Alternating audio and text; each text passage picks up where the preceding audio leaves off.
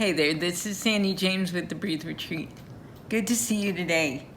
I am still talking about renewing your mind. I'm still talking about the way that we think. I have another thought for you.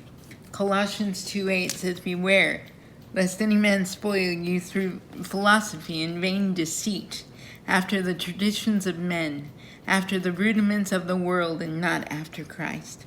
That's Colossians 2:8. You know what that word spoil means?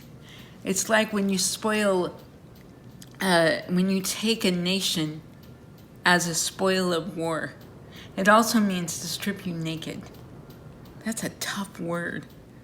Spoil, beware lest anyone spoil you. How? Through philosophy and vain deceit, and through the traditions of men. We don't fight against flesh and blood. I don't know if you know that, but our war is not a people war. We are fighting against principalities and powers and rulers of the darkness of this world. Our enemy is not a person. Our enemy is the devil himself.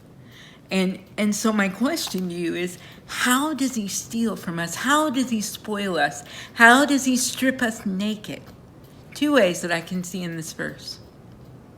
Through philosophy and vain deceit, which all has to do with the way we think. We'll get back to that in a second. And through the traditions of men. Those are the two ways he strips from us that which God wanted us to have in the first place. That's an intense thought. So we've been talking about the way you think. What is your philosophy, beloved friend? What is your philosophy? What is the filter you look through that interprets the things around you? What is your philosophy? I don't mean the big bad philosophy, the macro philosophy, right? I don't mean that.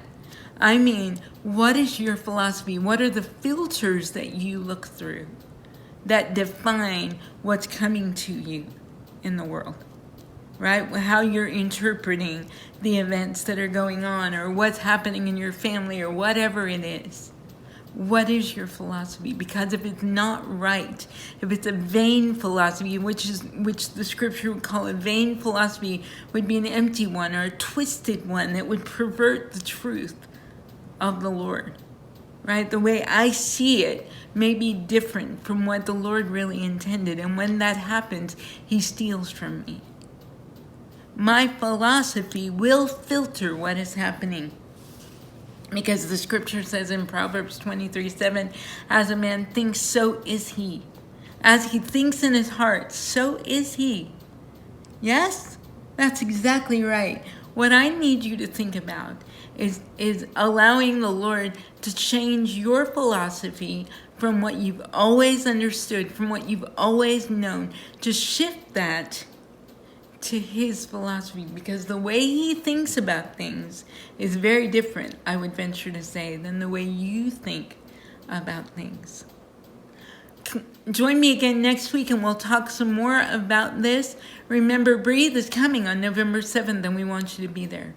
God bless you. Have a great day today.